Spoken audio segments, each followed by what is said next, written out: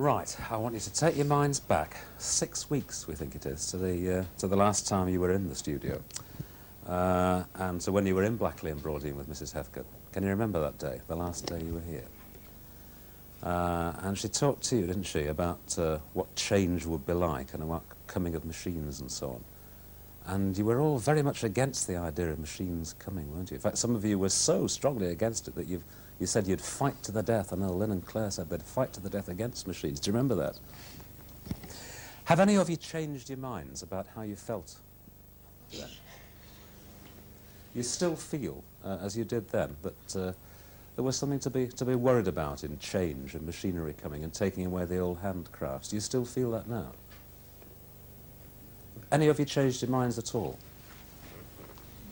None of you changed your minds at all? Right, well, let's listen to some of the bits of work that you've written in school since then. Let's start with Samantha in the middle at the back. Just read it to me, can you? Never mind the camera, just read it to me. Lecture on work, first of all, please, could you? Shall I say the title?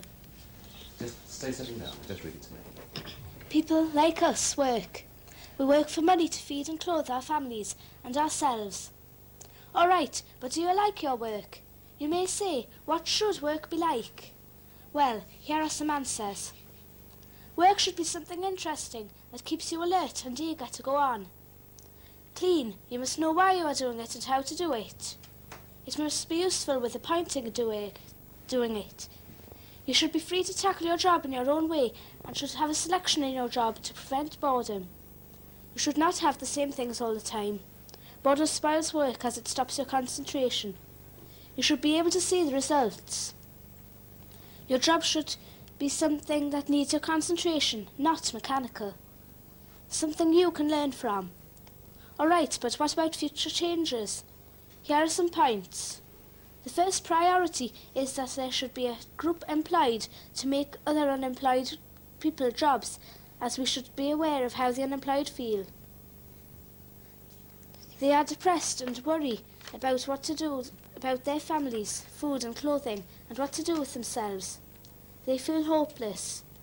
Some rely on theft as their job, and for food and clothing, etc. Some commit suicide.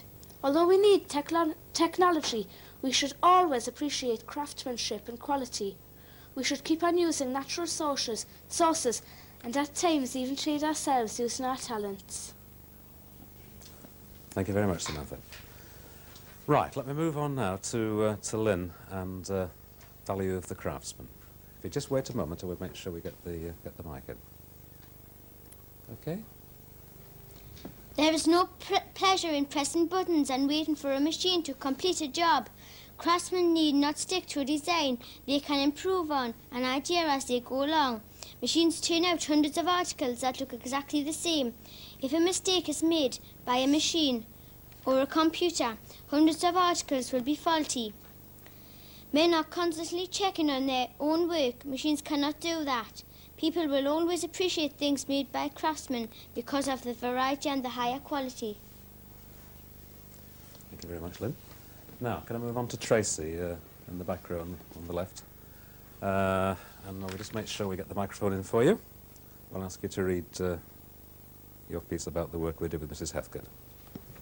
The work we did with Mrs. Heathcote made me realise what it is like to be a worker.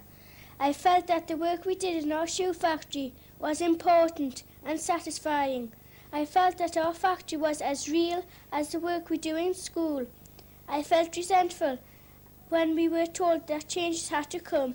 All workers must feel like this when the good things they do are thrown away just for profit.